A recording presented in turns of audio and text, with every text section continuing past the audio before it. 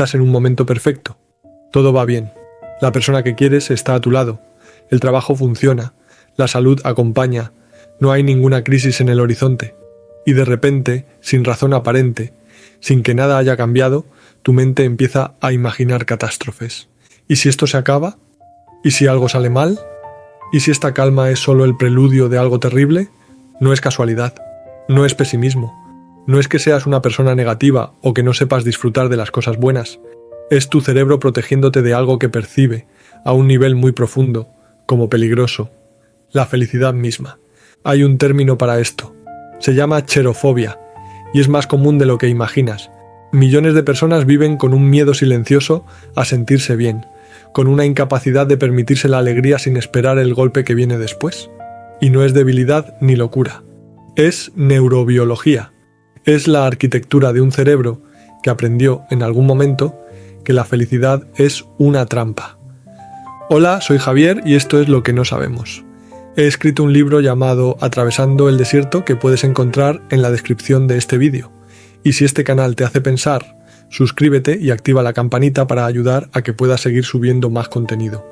Hoy vamos a hablar de por qué tu mente sabotea los momentos buenos, por qué la alegría puede sentirse como vulnerabilidad y qué dice la ciencia sobre aprender a tolerar algo que debería ser lo más natural del mundo, sentirse bien. Empecemos.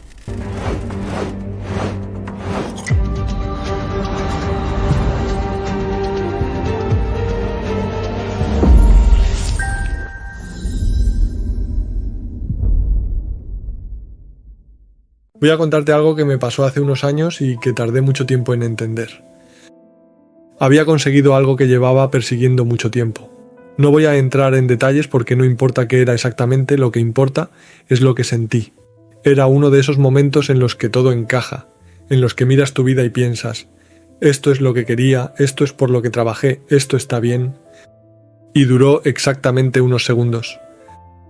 Porque casi inmediatamente, antes de que pudiera siquiera saborear la alegría, algo dentro de mí empezó a buscar el fallo, a buscar lo que iba a salir mal, a imaginar cómo esto que acababa de conseguir podía desmoronarse, cómo podía perderlo, cómo probablemente no me lo merecía o no iba a durar. No era un pensamiento consciente del tipo voy a preocuparme ahora, era automático. Era como si mi mente tuviera un programa que se activaba cada vez que las cosas iban demasiado bien. Un programa que decía, cuidado, no te confíes, esto no puede ser real, prepárate para el golpe. Recuerdo estar ahí en ese momento que debería haber sido de celebración, de alegría pura, y sentir en cambio una especie de ansiedad sorda. Una incapacidad de simplemente estar bien sin esperar que algo malo viniera a equilibrar la balanza. Durante mucho tiempo pensé que era un problema mío, que era pesimista o desagradecido, o que tenía algún defecto de carácter que me impedía disfrutar de las cosas buenas como la gente normal. Que había algo roto en mí que no me permitía ser feliz, sin más, sin asteriscos, sin la letra pequeña del desastre inminente. Pero entonces empecé a investigar, y descubrí que esto que me pasaba no solo tenía nombre, sino que le pasa a millones de personas, y que no es un defecto de carácter, ni pesimismo, ni ingratitud. Es neurobiología, es psicología. Es, en muchos casos, la respuesta lógica de un cerebro que aprendió que la felicidad es peligrosa. El término técnico es cherofobia. Viene del griego chairo, que significa regocijarse, y phobos, que significa miedo. Literalmente, miedo al regocijo, miedo a la alegría, miedo a la felicidad. Y antes de que pienses que esto es una de esas etiquetas inventadas para patologizar cualquier cosa, déjame decirte que hay investigación seria detrás.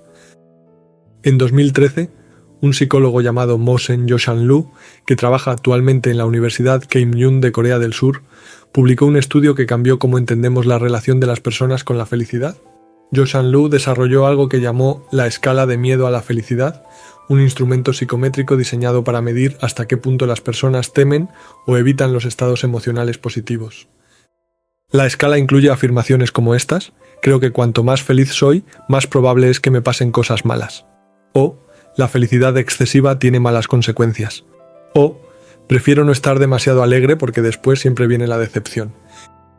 Lo que Yoshan-Lu encontró fue revelador. Una proporción significativa de personas en sus estudios, no una minoría marginal sino un porcentaje sustancial, mostraba niveles elevados de miedo a la felicidad. Y este miedo estaba correlacionado con menor satisfacción vital, mayor depresión, mayor ansiedad. No es que las personas infelices tuvieran miedo a la felicidad porque nunca la habían experimentado. Es que el miedo a la felicidad contribuía activamente a que fueran menos felices. Evitaban los estados positivos, los saboteaban, no se permitían experimentarlos plenamente. Piensa en lo que esto significa.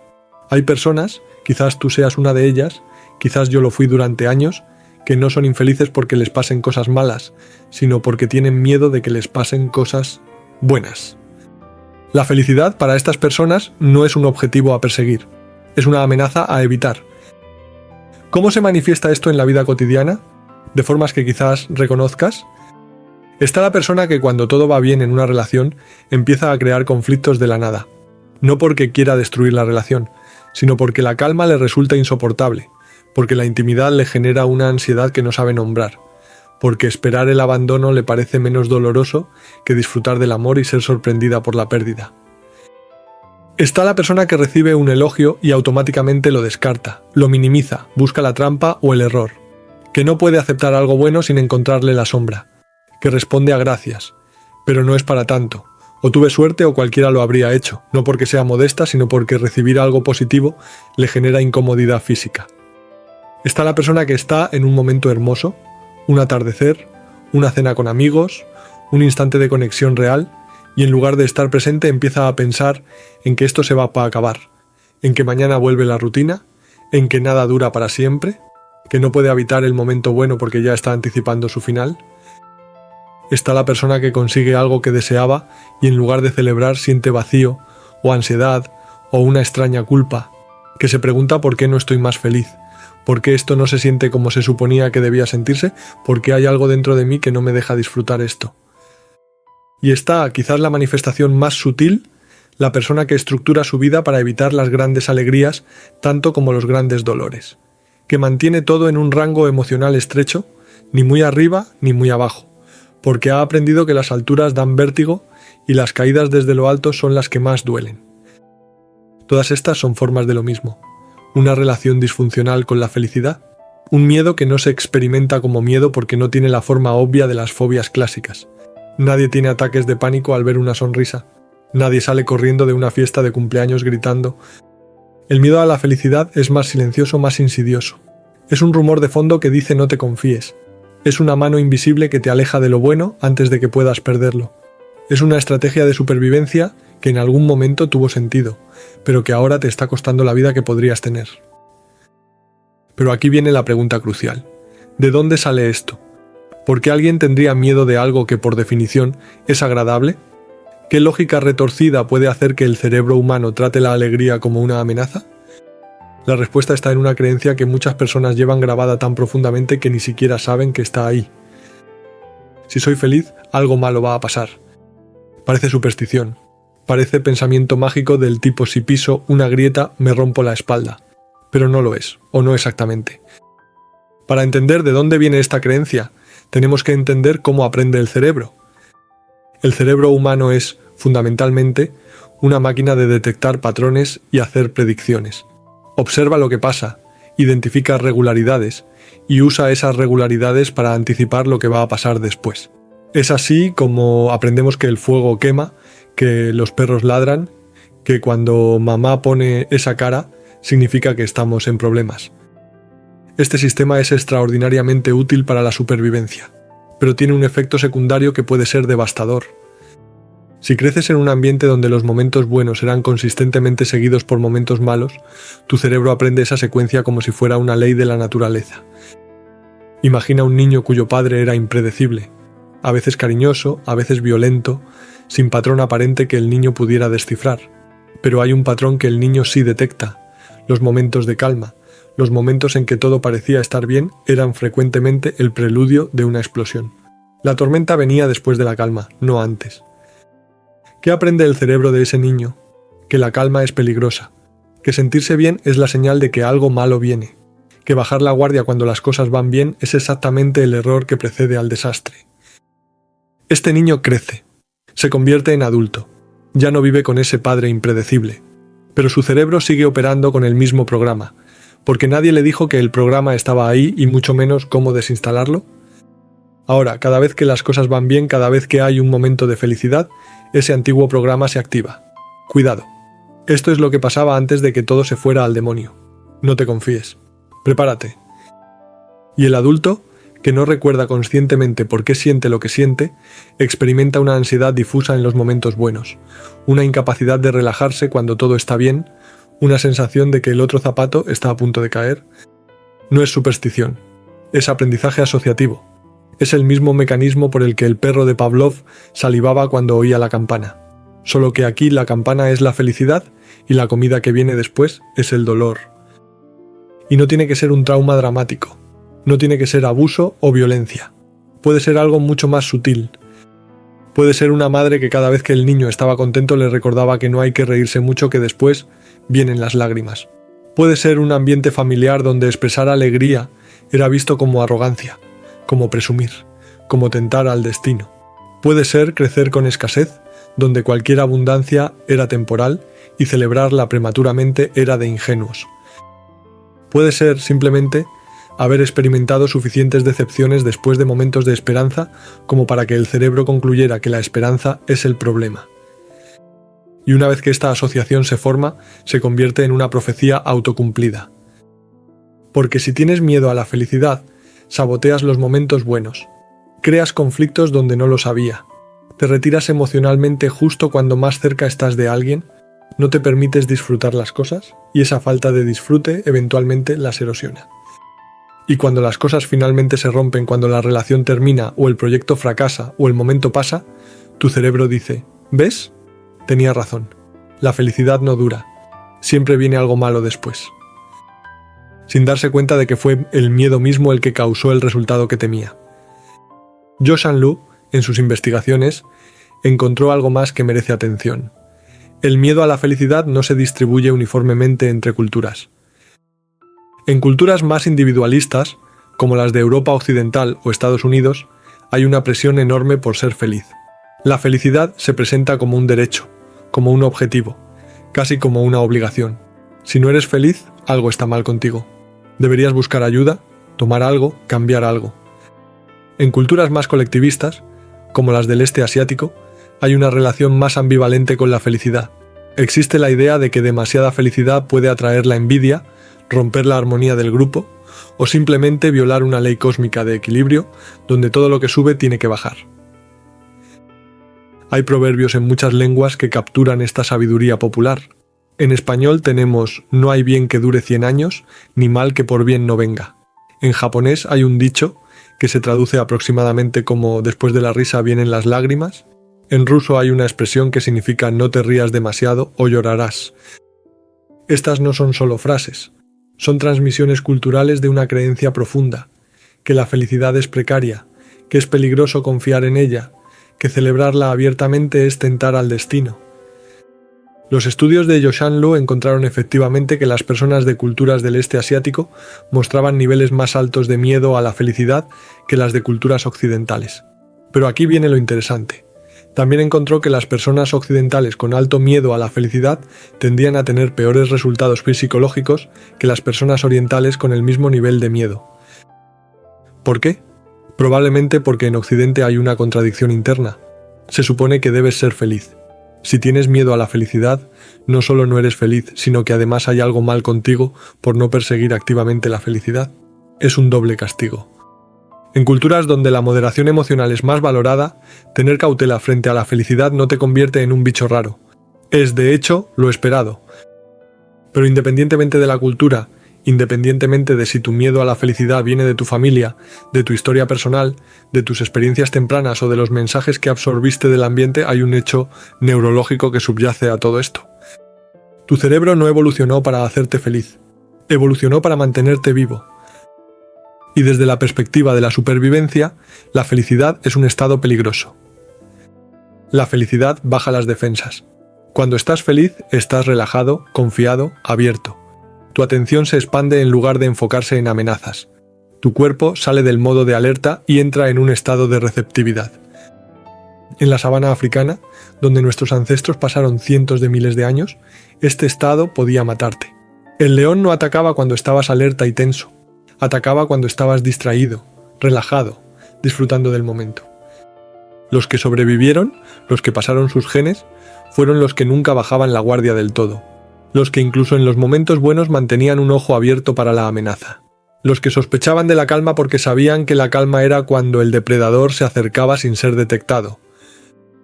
Tú eres descendiente de esas personas. Tu cerebro lleva la huella de esa historia. Y aunque ya no vivas en la sabana, aunque los leones ya no sean una preocupación diaria, tu sistema nervioso sigue operando con el mismo software que mantuvo vivos a tus ancestros. Ese software dice: no te confíes, no bajes la guardia, la felicidad es sospechosa.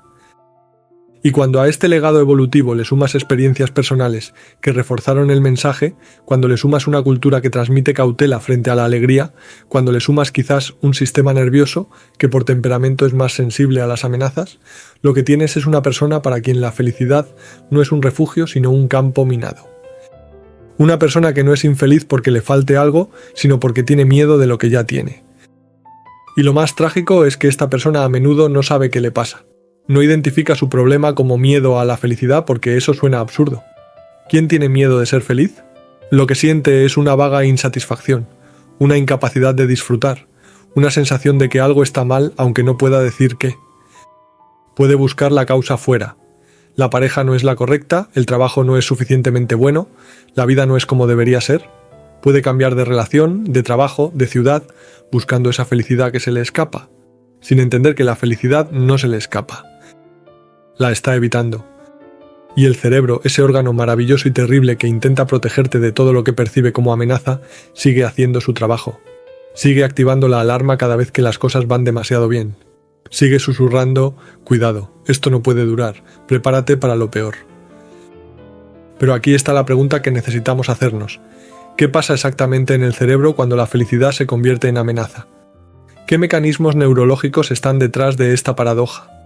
¿Y por qué para algunas personas la alegría activa los mismos circuitos que el peligro? Eso es exactamente lo que vamos a explorar ahora. Para entender por qué tu cerebro puede tratar la felicidad como una amenaza, necesitamos hablar de una estructura pequeña con forma de almendra que está enterrada en las profundidades de tu cerebro. Se llama amígdala, y es, en muchos sentidos, el centro de mando de tu sistema de alarma interno. La amígdala no es la única parte del cerebro involucrada en procesar el miedo y las amenazas, pero es probablemente la más importante. Recibe información de todos tus sentidos, la procesa a una velocidad asombrosa y decide si lo que estás experimentando es peligroso o no. Y cuando decide que algo es peligroso, activa una cascada de respuestas fisiológicas que conocemos como la respuesta de lucha, huida o parálisis. El corazón se acelera, la respiración se vuelve superficial, los músculos se tensan. La atención se estrecha y se enfoca en la amenaza. El sistema digestivo se detiene porque digerir el almuerzo no es una prioridad cuando un león te persigue. El cuerpo se prepara para la acción, para sobrevivir. Este sistema es extraordinariamente eficiente. Puede activarse en milisegundos, mucho antes de que la información llegue a la corteza prefrontal, la parte del cerebro responsable del pensamiento consciente y racional. La amígdala no espera a que pienses. Actúa primero y deja las preguntas para después. Esta velocidad tiene sentido evolutivo. Si hay un depredador, no quieres detenerte a analizar la situación filosóficamente. Quieres correr. ¿Y la amígdala te hace correr antes de que sepas por qué estás corriendo? Pero hay un problema con este sistema. Un problema que está en el corazón de por qué algunas personas temen la felicidad. La amígdala no es muy buena distinguiendo entre tipos de activación fisiológica. Piensa en lo que pasa en tu cuerpo cuando tienes miedo. El corazón se acelera, la respiración se agita, sientes mariposas en el estómago, hay una sensación de anticipación intensa de que algo grande está a punto de pasar. Ahora piensa en lo que pasa en tu cuerpo cuando estás muy emocionado, muy feliz, muy excitado positivamente. El corazón se acelera, la respiración se agita, sientes mariposas en el estómago, hay una sensación de anticipación intensa de que algo grande está a punto de pasar. ¿Ves el problema? A nivel fisiológico, la excitación positiva intensa y el miedo se parecen mucho. Ambos activan el sistema nervioso simpático, ambos producen adrenalina, ambos generan sensaciones corporales similares.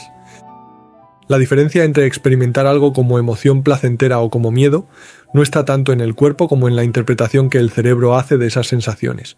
Y esa interpretación depende del contexto, de las expectativas, de la historia personal.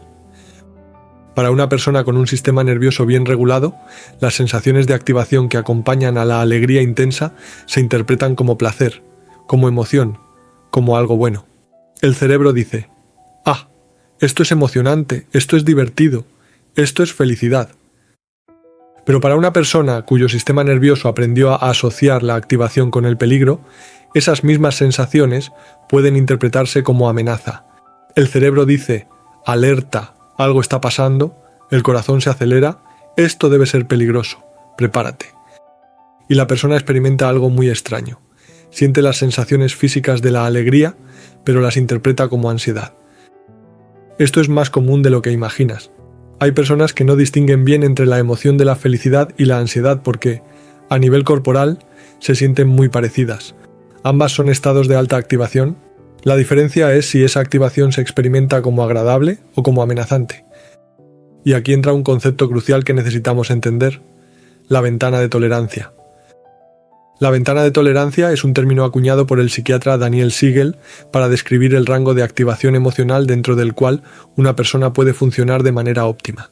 Dentro de esta ventana, puedes experimentar emociones, incluso emociones intensas, sin sentirte abrumado, sin perder el control, sin necesidad de desconectarte o actuar impulsivamente.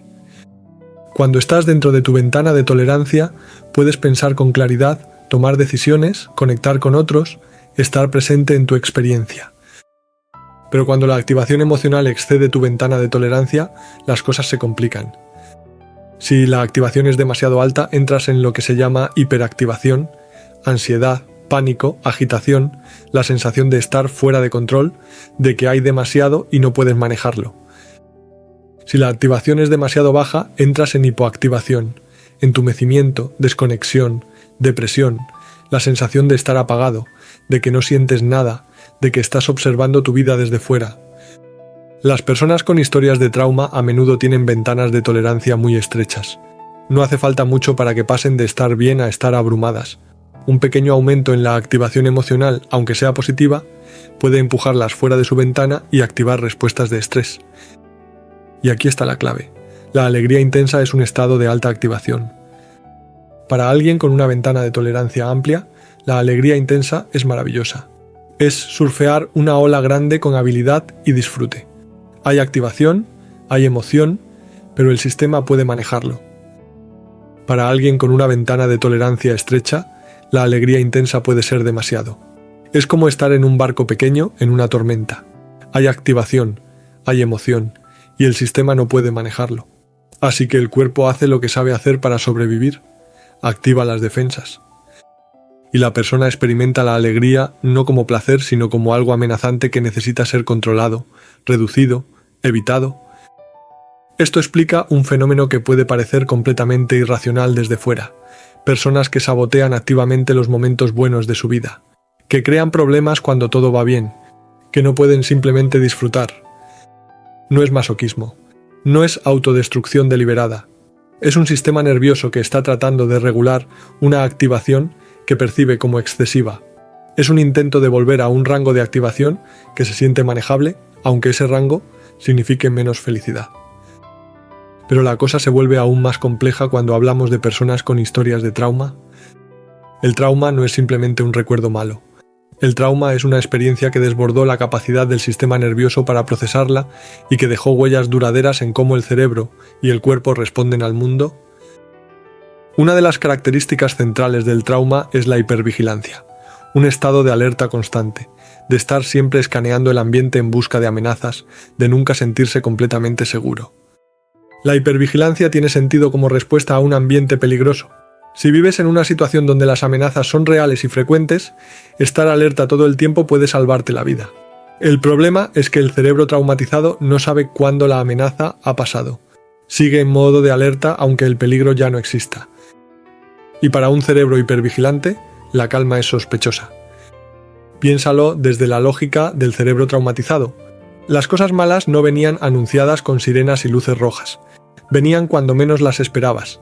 Venían cuando estabas relajado, cuando habías bajado la guardia, cuando creías que estabas a salvo. El cerebro aprendió: la calma es el preludio del golpe. La felicidad es cuando eres más vulnerable. Bajar la guardia es peligroso. Así que el sistema nervioso hace lo que cree que es mejor para protegerte.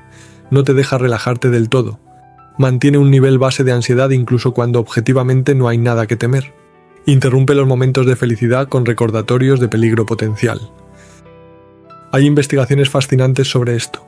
Estudios con personas que tienen trastorno de estrés postraumático muestran que sus cerebros responden de manera diferente no solo a las amenazas, sino también a la seguridad. Las señales que para la mayoría de las personas indicarían que es seguro relajarse, para las personas traumatizadas pueden no registrarse o incluso generar más ansiedad. Un abrazo, que para la mayoría es reconfortante, puede sentirse como atrapamiento. Una habitación silenciosa, que para la mayoría es tranquila, puede sentirse como el silencio antes de la tormenta. Un momento de intimidad, que para la mayoría es conexión, puede sentirse como exposición peligrosa. El cerebro traumatizado ha invertido la valencia de la seguridad. Lo que debería sentirse bien se siente amenazante. Y lo que debería sentirse amenazante, el estado constante de alerta, se siente normal, familiar, casi reconfortante en su familiaridad. Bessel van der Kolk, uno de los investigadores más importantes en el campo del trauma, lo describe de manera memorable. El cuerpo lleva la cuenta. No importa lo que la mente consciente sepa o crea. El cuerpo recuerda las amenazas pasadas y responde a señales que la mente consciente ni siquiera registra. Y una de las señales que el cuerpo traumatizado ha aprendido a temer es precisamente la ausencia de amenaza, la calma, la felicidad, el bienestar. Esto crea una situación extraordinariamente difícil. La persona quiere ser feliz. Conscientemente desea la felicidad.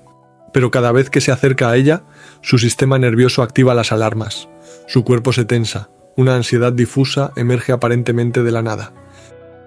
Y si no entiende lo que está pasando, si no tiene el marco conceptual para interpretar estas reacciones, la persona puede concluir que hay algo fundamentalmente mal con ella, que es defectuosa, que no sabe ser feliz, que no merece serlo, cuando en realidad lo que pasa es que su cerebro está haciendo exactamente lo que aprendió a hacer para sobrevivir, solo que el contexto ha cambiado y el programa ya no es adaptativo.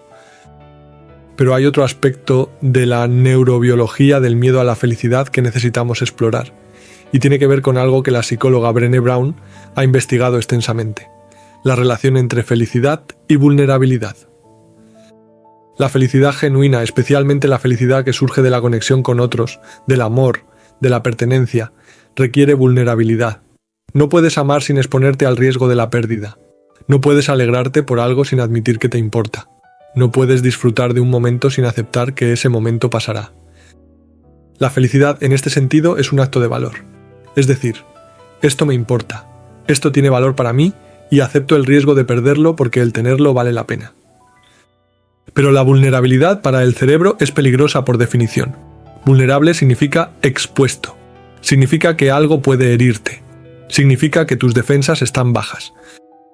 Y el cerebro, especialmente un cerebro que ha sido herido antes, especialmente un cerebro que aprendió que la vulnerabilidad conduce al dolor, no quiere que estés vulnerable.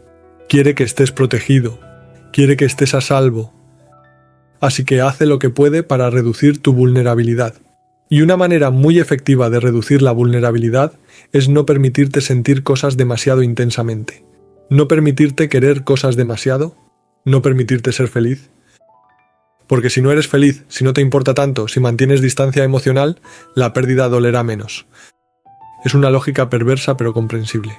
Si no me permito disfrutar esto, si no me permito amarlo, si no me permito ser feliz, entonces cuando lo pierda no me dolerá tanto.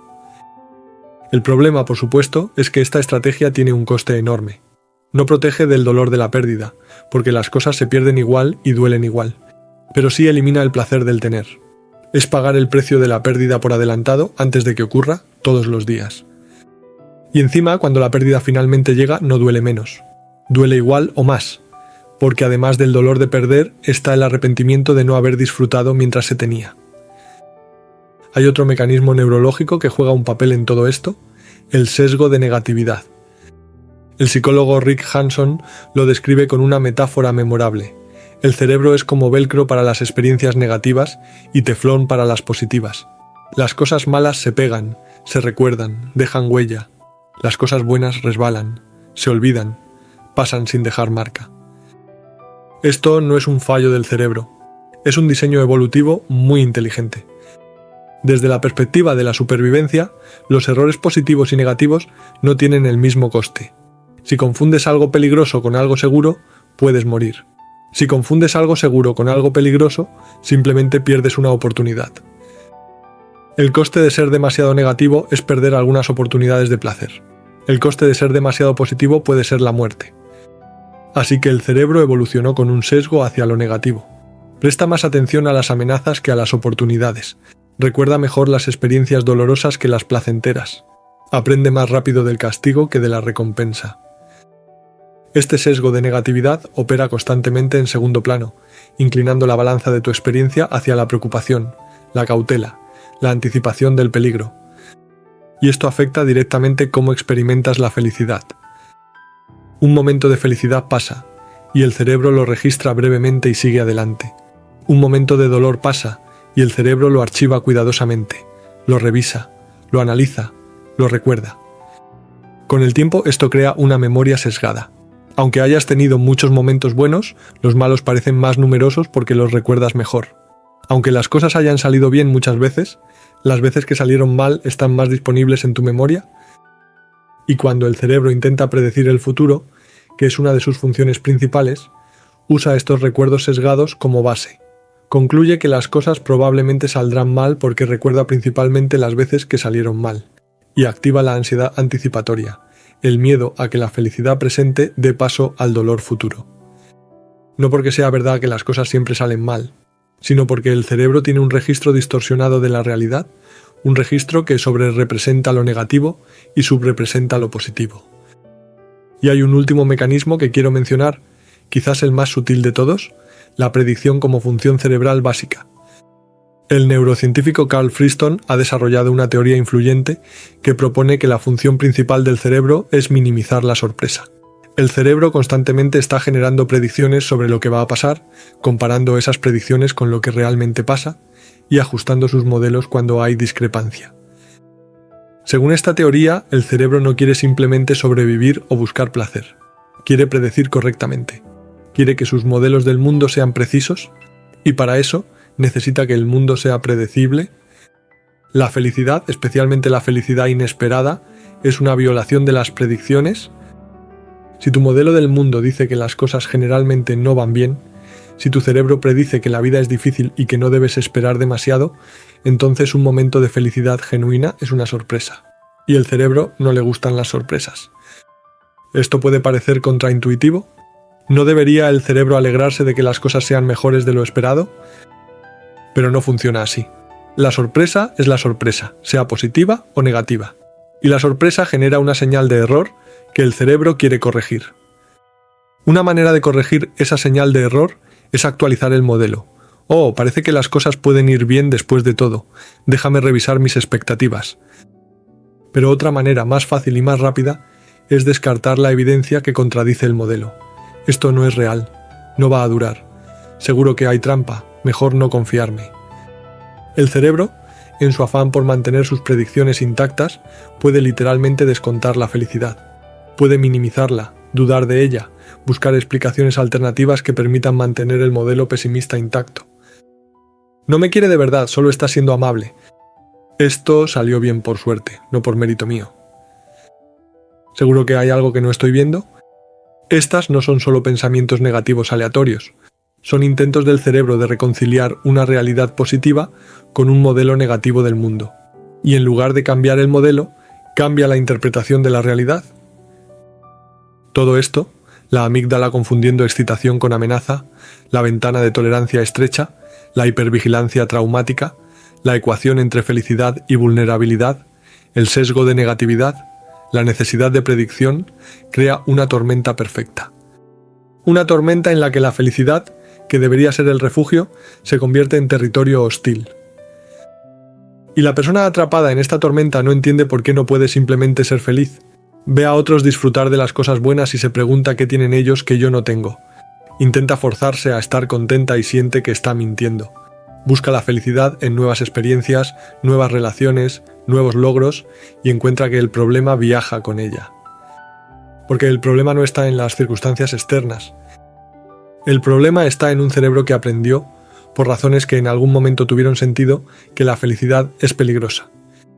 Y desaprender eso, enseñarle al sistema nervioso que la alegría puede ser segura, es uno de los trabajos más difíciles y más importantes que una persona puede hacer. Pero antes de hablar de cómo se hace ese trabajo, necesitamos explorar de dónde vienen estos patrones. Necesitamos entender las raíces del miedo, las experiencias tempranas y los mensajes culturales que programaron el cerebro para temer lo que más desea. Porque solo entendiendo de dónde viene el miedo podemos empezar a liberarnos de él. Brené Brown llevaba más de una década investigando la vulnerabilidad cuando descubrió algo que no esperaba encontrar. Había entrevistado a miles de personas sobre sus experiencias emocionales, sobre lo que les daba miedo, sobre lo que les costaba, sobre los momentos más difíciles de sus vidas. Y en medio de toda esa investigación sobre el sufrimiento humano, encontró un patrón que aparecía una y otra vez en los momentos de mayor alegría. La gente le contaba experiencias como esta. Estoy mirando a mi hijo dormir y es un momento perfecto, y de repente mi mente empieza a imaginar que algo terrible le pasa. O estoy en el coche con mi pareja, volviendo de unas vacaciones maravillosas, y de la nada empiezo a imaginar un accidente. O acabo de recibir una noticia increíble sobre mi trabajo, y en lugar de celebrar, estoy pensando en todas las formas en que esto podría salir mal. Brown lo llamó foreboding joy, alegría premonitoria podríamos traducirlo, o quizás más precisamente, la alegría ensombrecida por el presagio del desastre. Es el fenómeno de estar en un momento de felicidad genuina y sentir cómo la mente se adelanta al dolor que podría venir. Es no poder habitar la alegría presente porque estás demasiado ocupado, anticipando la pérdida futura. Y Brown descubrió que esto no le pasaba solo a las personas ansiosas o pesimistas, le pasaba a casi todo el mundo. Era, en sus palabras, una de las experiencias humanas más universales que había encontrado en toda su investigación. La pregunta obvia es, ¿por qué? ¿Por qué el cerebro interrumpe los mejores momentos de la vida con visiones de catástrofe? ¿Qué posible función puede tener arruinar la felicidad con anticipaciones de dolor? Brown propone una explicación que tiene mucho sentido psicológico. Es un intento de ensayar la tragedia. La idea es esta. Si imagino lo peor mientras tengo lo mejor, si ensayo mentalmente la pérdida mientras todavía tengo lo que podría perder, entonces cuando la pérdida llegue no me tomará desprevenido. Ya habré practicado. Ya sabré qué se siente. El golpe será menos devastador porque lo vi venir. Es en esencia una estrategia de protección emocional, un intento de blindarse contra el dolor futuro sacrificando la alegría presente. El problema es que no funciona. Brown lo dice claramente basándose en su investigación. No hay evidencia de que anticipar la tragedia reduzca el dolor cuando la tragedia ocurre. Las personas que pasan años imaginando la muerte de un ser querido no sufren menos cuando ese ser querido muere. Las personas que nunca se permiten disfrutar de lo que tienen no sienten menos dolor cuando lo pierden. Lo único que consiguen es añadir el sufrimiento anticipado al sufrimiento real, duplicar el dolor en lugar de reducirlo. Es como si alguien te dijera, en algún momento de tu vida te van a dar un puñetazo en la cara. No sabes cuándo, pero va a pasar. Y tu respuesta fuera darte puñetazos a ti mismo todos los días para acostumbrarte. No reduces el dolor del puñetazo futuro. Solo añades todos los puñetazos que te das mientras tanto. El foreboding joy es exactamente eso. Dolor autoinfligido en nombre de una protección que no protege. Pero aunque no funciona como estrategia de protección, tiene una lógica psicológica profunda. Y para entender esa lógica necesitamos ir más atrás, mucho más atrás, hasta las primeras experiencias de la vida. La teoría del apego, desarrollada originalmente por el psiquiatra John Bowlby y expandida por la psicóloga Mary Ainsworth, propone que los patrones de relación que desarrollamos en la infancia temprana con nuestros cuidadores primarios se convierten en plantillas que usamos para todas las relaciones posteriores. Un niño que tiene cuidadores consistentes, disponibles, que responden a sus necesidades de manera predecible, desarrolla lo que se llama apego seguro. Este niño aprende que el mundo es básicamente seguro, que sus necesidades serán atendidas, que puede confiar en otros, que merece amor y cuidado. Pero no todos los niños tienen esa experiencia. Un niño cuyos cuidadores son inconsistentes a veces disponibles y a veces ausentes, a veces cariñosos y a veces rechazantes, desarrolla lo que se llama apego ansioso o ambivalente. Este niño aprende que el amor es impredecible, que no puede confiar en que estará ahí cuando lo necesite, que tiene que estar constantemente vigilante para asegurarse de no perderlo. Y un niño cuyos cuidadores son consistentemente no disponibles, rechazantes o incluso peligrosos, desarrolla apego evitativo o desorganizado. Este niño aprende que es mejor no necesitar a nadie, que la cercanía es peligrosa, que la única persona con la que puede contar es él mismo. Estos patrones de apego no son solo formas de relacionarse con otros, son formas de relacionarse con la felicidad misma. Piensa en lo que aprende un niño con apego ansioso. Para este niño, los momentos buenos con el cuidador eran reales pero impredecibles. A veces mamá estaba presente, cariñosa, atenta, y el niño era feliz, se sentía seguro, se relajaba en ese amor, pero luego sin previo aviso, sin razón aparente que el niño pudiera entender, mamá se iba, o se enfadaba, o se volvía fría y distante, y el niño quedaba devastado, confundido, sin saber qué había hecho mal, sin saber cómo recuperar ese amor que un momento antes parecía tan sólido. ¿Qué aprende este niño sobre la felicidad? Aprende que la felicidad es el preludio del abandono. Aprende que cuando las cosas van bien es exactamente cuando hay que preocuparse, porque eso significa que pronto irán mal. Aprende que relajarse en la alegría es peligroso, porque la alegría puede desaparecer en cualquier momento y dejarte más solo que antes. Este niño crece, se convierte en adulto, forma relaciones, y cada vez que esas relaciones van bien, cada vez que siente cercanía e intimidad y alegría, ese viejo programa se activa. Cuidado, esto es lo que pasaba antes de que todo se derrumbara. No te confíes, prepárate para el abandono. Y el adulto, que no recuerda conscientemente esas experiencias tempranas, que no tiene acceso narrativo a por qué siente lo que siente, experimenta una ansiedad inexplicable en los momentos de mayor intimidad. Puede empezar a crear conflictos para aliviar la tensión de esperar el conflicto. Puede retirarse emocionalmente justo cuando más cerca está. Puede sabotear la relación para confirmar la creencia de que el amor no dura. No porque quiera destruir lo bueno, sino porque no sabe cómo confiar en que lo bueno puede quedarse. Y el patrón con apego evitativo es diferente pero igualmente dañino para la capacidad de experimentar felicidad.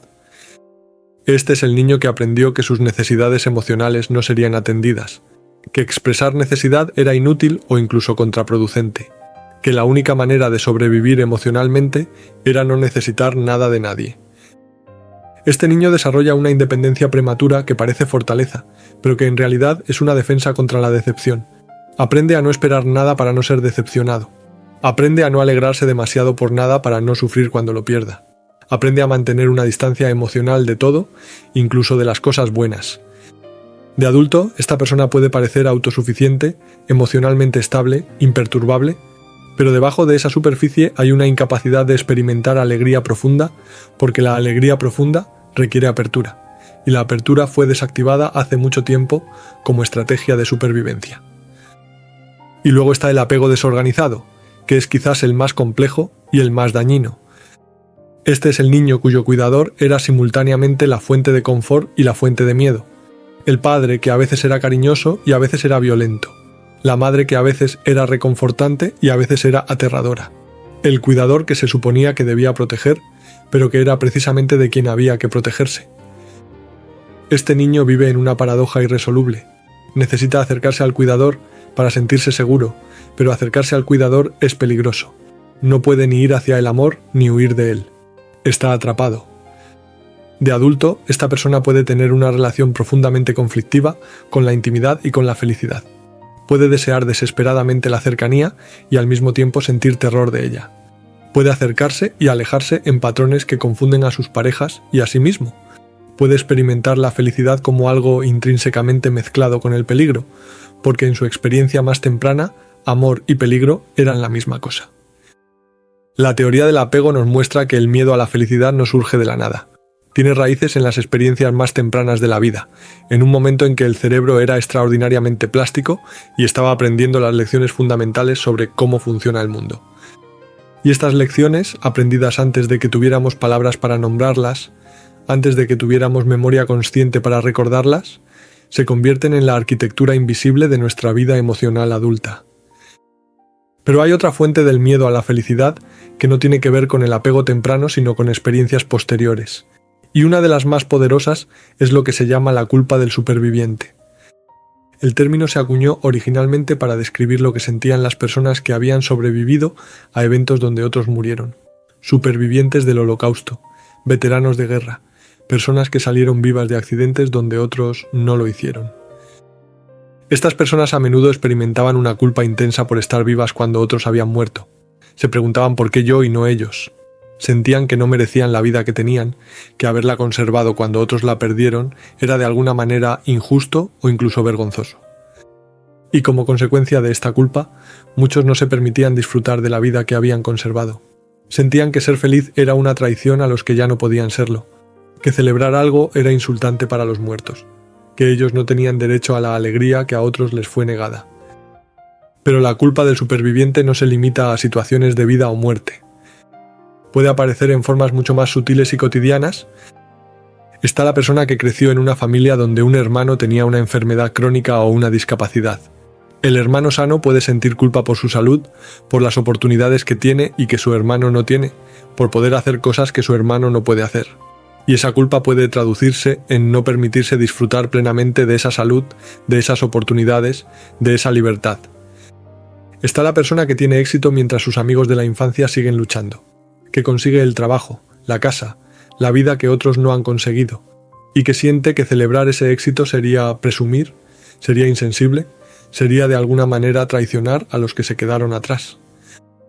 Está la persona que encuentra el amor después de que un amigo haya sufrido una ruptura devastadora, o que tiene un hijo sano después de que alguien cercano haya perdido un embarazo, o que recibe buenas noticias médicas mientras alguien que conoce recibe malas.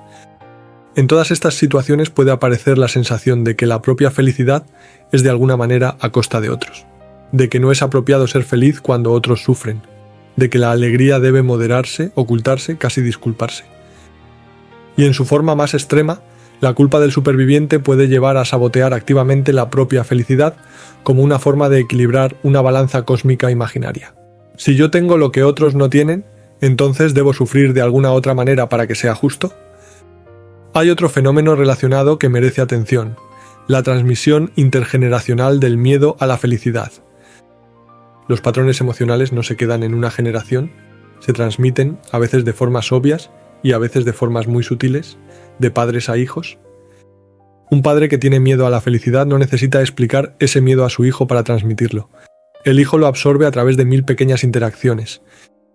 La manera en que el padre se tensa cuando las cosas van demasiado bien, los comentarios de cuidado, que no hay que confiarse, que las cosas pueden cambiar, la incapacidad del padre de celebrar abiertamente, de disfrutar sin reservas, de habitar la alegría sin anticipar el dolor. El hijo observa todo esto, y aunque nadie le diga explícitamente que debe temer la felicidad, aprende que así es como se hace. Aprende que los adultos no confían en las cosas buenas. Aprende que la alegría descontrolada es inmadura o peligrosa. Aprende a moderar su propia felicidad para encajar con el modelo emocional de su familia. Y hay casos donde la transmisión es más directa. Familias que han vivido tragedias genuinas, pérdidas devastadoras, traumas colectivos, a menudo desarrollan una cultura familiar de cautela emocional. No celebramos demasiado abiertamente en esta familia. Sabemos que las cosas pueden torcerse. Hemos aprendido a no confiarnos. Esta cautela puede haber sido adaptativa en el contexto original del trauma, pero se transmite a generaciones posteriores que no vivieron ese trauma, que no tienen el mismo contexto, pero que heredan el miedo como si fuera un gen o una tradición familiar.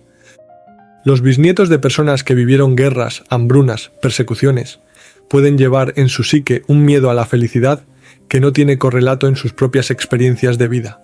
Un miedo heredado, transmitido a través de generaciones, como una advertencia silenciosa: no bajes la guardia, no confíes demasiado, recuerda que todo puede cambiar. Y luego está la dimensión cultural, que ya mencionamos antes, pero que merece más exploración. Las culturas desarrollan narrativas colectivas sobre la felicidad, sobre si es deseable, sobre si es sostenible, sobre si es peligrosa. En muchas culturas tradicionales hay una profunda desconfianza hacia la felicidad ostentosa. Mostrar demasiada alegría puede atraer la envidia, el mal de ojo, la atención de fuerzas que quieren equilibrar las cosas. La modestia emocional no es solo una virtud social, es una forma de protección mágica. Hay culturas donde se espera que minimices tus éxitos, que no hables demasiado de lo bien que te van las cosas, que respondas a los cumplidos con negaciones o deflexiones. Donde ser abiertamente feliz se percibe como arrogancia, como falta de humildad, como tentar al destino. Y hay mensajes religiosos que también juegan un papel.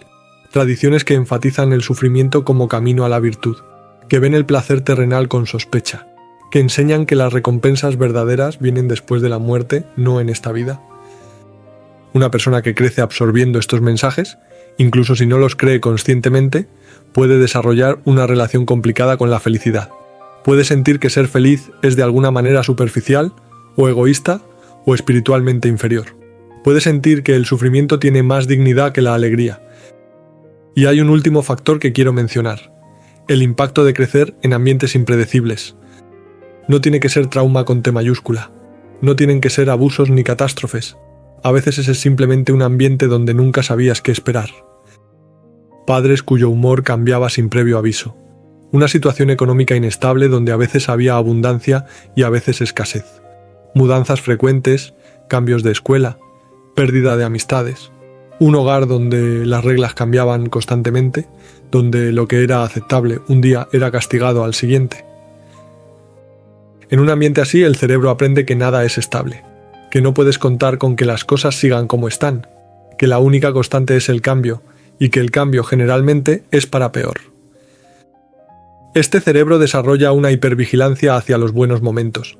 Cuando las cosas van bien, en lugar de relajarse y disfrutar, se pone en alerta, porque ha aprendido que los buenos momentos son temporales y que bajar la guardia durante ellos es peligroso.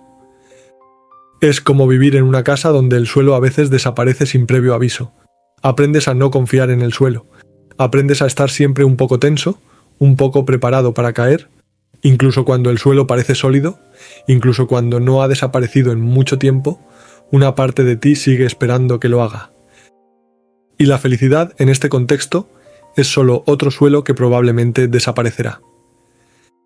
Todas estas raíces, el apego inseguro, la culpa del superviviente, la transmisión intergeneracional, los mensajes culturales, la impredecibilidad ambiental, no son mutuamente excluyentes. Una persona puede tener varias de ellas operando simultáneamente, reforzándose mutuamente, creando capas de miedo que se sienten imposibles de penetrar. Y lo más difícil es que muchas de estas raíces son invisibles para la persona que las tiene. No recuerdas conscientemente cómo era el apego con tu madre cuando tenías 2 años. No tienes acceso narrativo a los mensajes implícitos que absorbiste de tu cultura antes de tener palabras. No puedes ver el miedo heredado de generaciones que murieron antes de que nacieras. Lo que sientes es simplemente que la felicidad se te escapa, que hay algo en ti que no funciona, que otros parecen poder disfrutar de las cosas y tú no puedes. Y es fácil, desde ese lugar de incomprensión, concluir que el problema eres tú, que eres defectuoso, que eres incapaz de ser feliz, que no lo mereces. Pero el problema no eres tú. El problema es un conjunto de aprendizajes que ocurrieron en contextos específicos, por razones específicas, y que ya no te sirven. El problema es un programa que se instaló cuando eras demasiado pequeño para decidir si lo querías y que ha seguido ejecutándose automáticamente desde entonces. Y la buena noticia, la noticia que quiero que te quedes mientras avanzamos hacia la última parte de esta conversación, es que los programas pueden modificarse, los aprendizajes pueden revisarse. El cerebro, incluso el cerebro adulto, conserva plasticidad. Aprender a tolerar la felicidad, a habitar la alegría sin esperar constantemente el golpe, a sentirse bien sin que eso active las alarmas, es posible. No es fácil, no es rápido, no hay una píldora que puedas tomar ni un truco que puedas aplicar, pero es posible. Y de eso es de lo que vamos a hablar. Hay una idea que parece obvia, pero que en realidad es revolucionaria. La felicidad es una habilidad. No es un estado que te ocurre o no te ocurre. No es un regalo que algunos reciben y otros no. No es un rasgo fijo de personalidad con el que naces y que determina tu vida. Es una habilidad, y como todas las habilidades, puede aprenderse, practicarse, desarrollarse. Esto no significa que sea fácil. Aprender a tocar el piano es una habilidad y sin embargo lleva años de práctica. Aprender un idioma nuevo es una habilidad y sin embargo requiere dedicación sostenida. Que algo sea una habilidad no significa que cualquiera pueda dominarlo sin esfuerzo. Pero sí significa que el esfuerzo tiene sentido, que hay algo que puedes hacer, que no estás condenado a repetir los mismos patrones para siempre. Y la base neurológica de esta posibilidad tiene un nombre: neuroplasticidad. Durante mucho tiempo se creyó que el cerebro adulto era esencialmente fijo, que las conexiones neuronales que se formaban en la infancia y la adolescencia quedaban establecidas para siempre, y que después de cierta edad ya no había mucho que pudiera cambiar. Ahora sabemos que eso es falso. El cerebro adulto conserva una capacidad significativa de reorganizarse, de formar nuevas conexiones, de fortalecer algunos circuitos y debilitar otros. No es tan plástico como el cerebro infantil, pero es mucho más maleable de lo que se pensaba, y lo que determina qué conexiones se fortalecen y cuáles se debilitan es, en gran medida, la experiencia repetida. Hay un principio en neurociencia que se resume así: las neuronas que disparan juntas se cablean juntas. Cuando un patrón de activación neuronal se repite muchas veces, las conexiones involucradas se fortalecen, se vuelven más eficientes, más automáticas. Esto funciona en ambas direcciones. Si pasas años activando el circuito que conecta felicidad con peligro, ese circuito se fortalece. Se vuelve la respuesta por defecto. Cada vez que sientes alegría y tu cerebro activa la alarma, esa asociación se refuerza. Pero si empiezas a practicar una respuesta diferente, si empiezas a activar un circuito alternativo donde la felicidad se conecta con seguridad en lugar de peligro, ese nuevo circuito también puede fortalecerse. No va a ocurrir de la noche a la mañana. El circuito viejo tiene años de ventaja, miles de repeticiones, una eficiencia adquirida a base de práctica involuntaria, pero con suficiente práctica intencional, el nuevo circuito puede llegar a competir y eventualmente a dominar. Es como un camino en el bosque. Si durante años has caminado siempre por el mismo sendero, ese sendero estará bien marcado, será fácil de seguir, casi automático. Si quieres crear un nuevo sendero, al principio será difícil. Tendrás que apartar ramas, pisar hierba alta, prestar atención para no volver al camino viejo por inercia, pero si sigues caminando por el nuevo sendero, día tras día, eventualmente también quedará marcado. Y el viejo, si dejas de usarlo, empezará a cubrirse de maleza. Esta es la base de la esperanza. El cerebro puede cambiar. Los patrones pueden modificarse. Lo que aprendiste puede desaprenderse. Pero para que esto ocurra, necesitas practicar. Y necesitas saber qué practicar. Brené Brown, en su investigación sobre el foreboding joy, encontró algo fascinante. Cuando comparaba a las personas que experimentaban alegría premonitoria, esa interrupción de los momentos felices con anticipaciones de catástrofe, con las personas que no la experimentaban, encontró una diferencia clave. Las personas que podían habitar la alegría sin ser secuestradas por el miedo practicaban activamente la gratitud.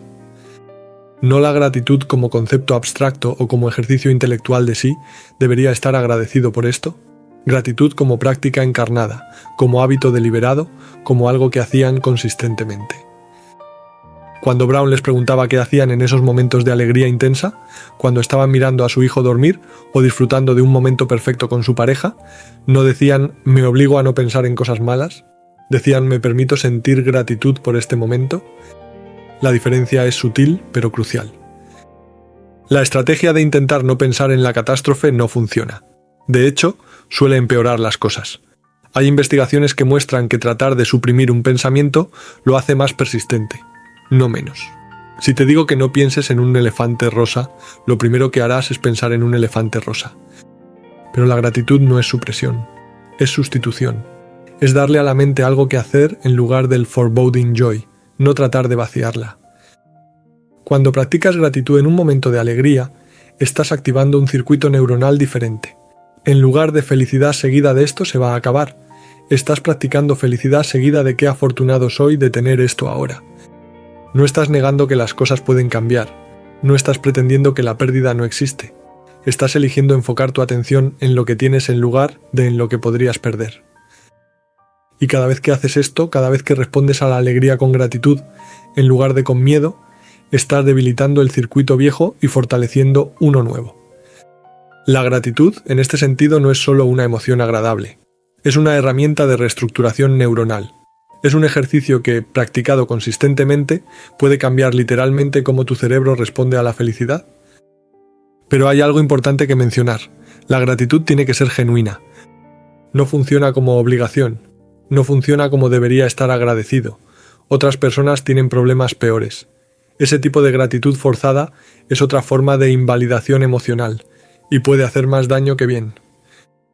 La gratitud que funciona es la que surge de realmente permitirte sentir el momento, de bajar las defensas lo suficiente como para registrar: esto es bueno, esto tiene valor, esto importa. No porque debas sentirlo, sino porque genuinamente lo sientes cuando te permites sentirlo. Y aquí es donde muchas personas con miedo a la felicidad se quedan atascadas. Porque permitirse sentir es exactamente lo que su sistema nervioso está tratando de evitar. Bajar las defensas es exactamente lo que se siente peligroso. La gratitud requiere vulnerabilidad y la vulnerabilidad activa las alarmas. Por eso el trabajo no puede ser solo cognitivo. No basta con entender intelectualmente que la felicidad es segura. Hay que enseñarle al cuerpo, al sistema nervioso, a la amígdala, que la felicidad es segura. Y para eso necesitamos hablar de técnicas somáticas. Somático viene del griego soma, que significa cuerpo. Las técnicas somáticas son intervenciones que trabajan a través del cuerpo, no solo de la mente, para cambiar estados emocionales y patrones de respuesta. La lógica es esta. Si el miedo a la felicidad está codificado no solo en pensamientos, sino en el sistema nervioso, en patrones de tensión muscular, en la respiración, en la postura, entonces para cambiarlo necesitas trabajar a ese nivel. No puedes convencer a tu amígdala con argumentos. No puedes negociar con tu sistema nervioso simpático, pero puedes enviarle señales a través del cuerpo que le digan: estamos a salvo. Una de las herramientas más simples y más poderosas es la respiración. La respiración es única porque es tanto automática como voluntaria. Respiras sin pensar, pero también puedes controlar tu respiración conscientemente. Esto la convierte en un puente entre el sistema nervioso autónomo, que opera fuera de tu control consciente, y tu voluntad. Cuando estás en un estado de alarma, tu respiración se vuelve rápida y superficial. Esto es parte de la respuesta de estrés, preparando al cuerpo para la acción, pero la relación funciona en ambas direcciones. Si deliberadamente ralentizas y profundizas tu respiración, envías una señal al sistema nervioso de que no hay emergencia. El cuerpo empieza a salir del modo de alerta. El ritmo cardíaco baja, los músculos se relajan, la amígdala reduce su activación. Hay una técnica específica que los investigadores han encontrado particularmente efectiva: la exhalación prolongada.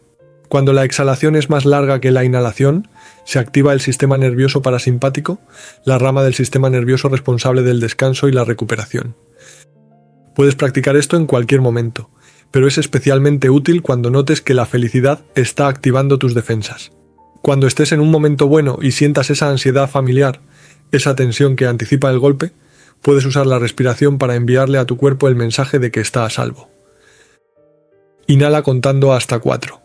Exhala contando hasta 6 u 8. Repite varias veces. No es magia.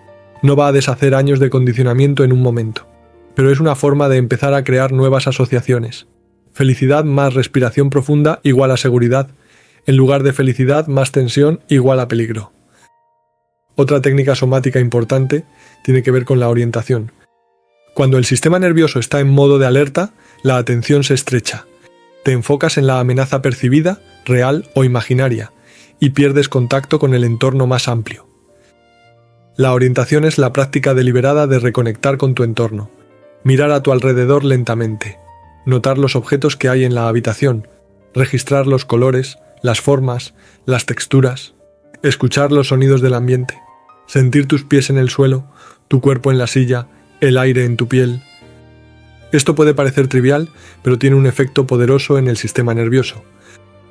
Cuando te orientas hacia el entorno, estás enviando el mensaje de que es seguro prestar atención a otras cosas además de la amenaza. Estás saliendo del túnel de visión del estrés y recordándole a tu cuerpo que hay un mundo más amplio y que en ese mundo, ahora mismo, no hay peligro real. De nuevo, puedes usar esto específicamente en momentos de felicidad que activan tu ansiedad.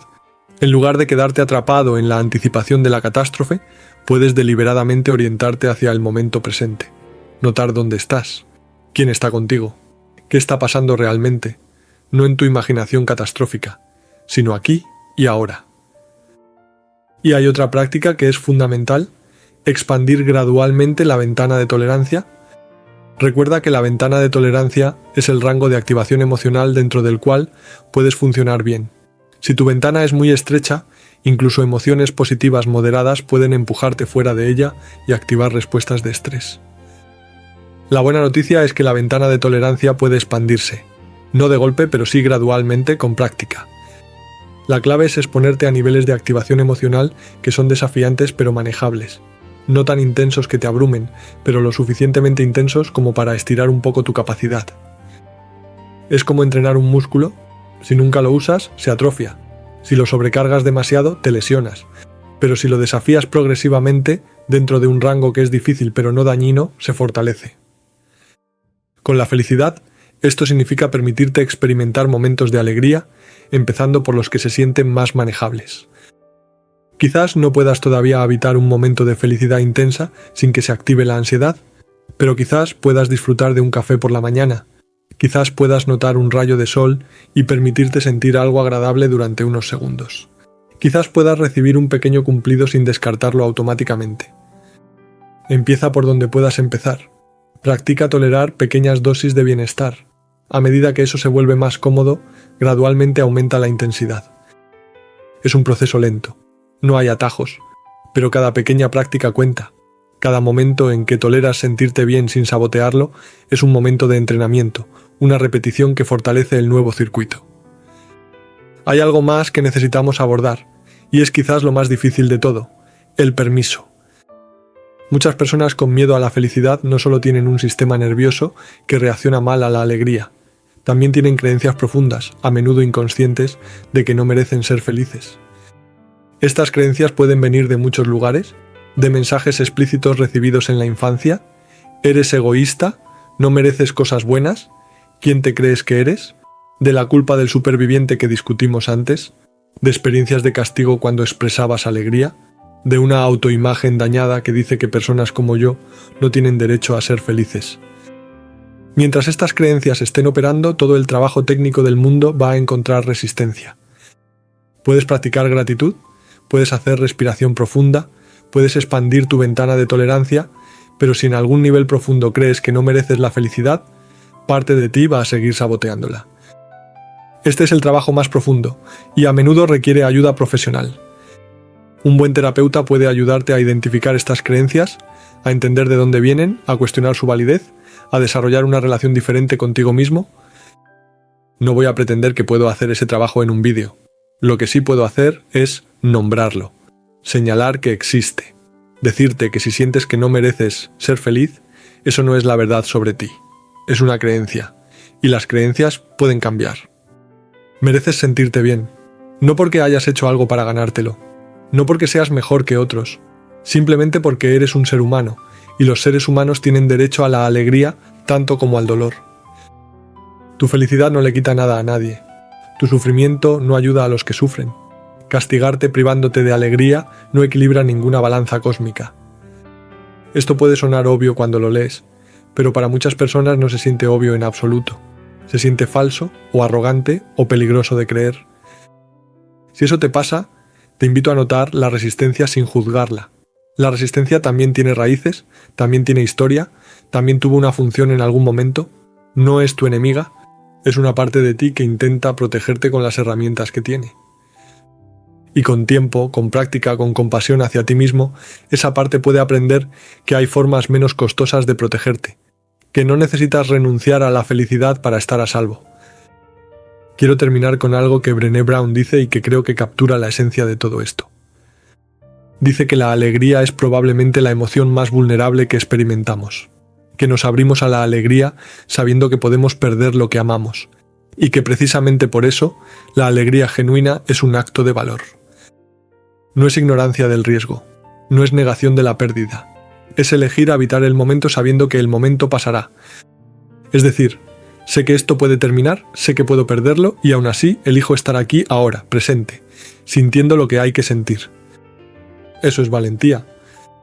Y si has vivido con miedo a la felicidad, si has pasado años protegiéndote de la alegría, elegir empezar a abrirte a ella es uno de los actos más valientes que puedes hacer.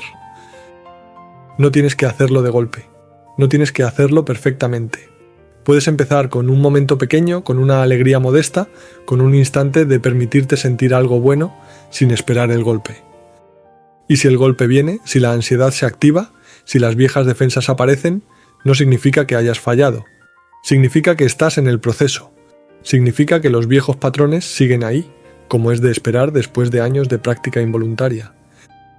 Pero también significa que ahora sabes qué está pasando, que tienes un marco para entenderlo, que puedes elegir responder de manera diferente. Puedes respirar, puedes orientarte, puedes recordar que esto es el viejo programa, no la realidad. Puedes elegir la gratitud en lugar del miedo, puedes darte permiso de estar bien. Y cada vez que lo hagas, cada vez que elijas habitar el momento en lugar de huir de él, estarás construyendo algo nuevo. Un circuito diferente, un patrón diferente, una relación diferente con la felicidad. No ocurrirá de la noche a la mañana, pero ocurrirá si sigues practicando. Y un día, quizás antes de lo que piensas, te encontrarás en un momento de alegría y notarás algo diferente. Notarás que la alarma no se activó, o que se activó pero pudiste calmarla, o que simplemente estuviste ahí presente, sintiendo lo bueno sin esperar lo malo. Y en ese momento, quizás por primera vez en mucho tiempo, sabrás lo que es ser feliz sin miedo. Así que te dejo con una pregunta. ¿No es retórica? ¿Es una invitación genuina a la reflexión? ¿Qué pasaría si dejaras de protegerte de la felicidad? ¿Qué pasaría si la próxima vez que algo bueno ocurra, eligieras quedarte en el momento en lugar de huir de él? ¿Qué pasaría si te permitieras sentir lo que hay que sentir, sin anticipar el dolor, sin ensayar la tragedia, sin buscar la trampa? No tienes que tener la respuesta ahora, solo te pido que te hagas la pregunta, que la dejes resonar, que notes qué surge cuando la consideras. Porque la respuesta cuando llegue será tuya, y será el principio de algo diferente. Tu cerebro puede tener miedo de que seas feliz, pero tú no eres tu cerebro. Eres quien puede observar ese miedo, entenderlo y elegir algo diferente. Y esa elección, repetida suficientes veces, puede cambiar todo.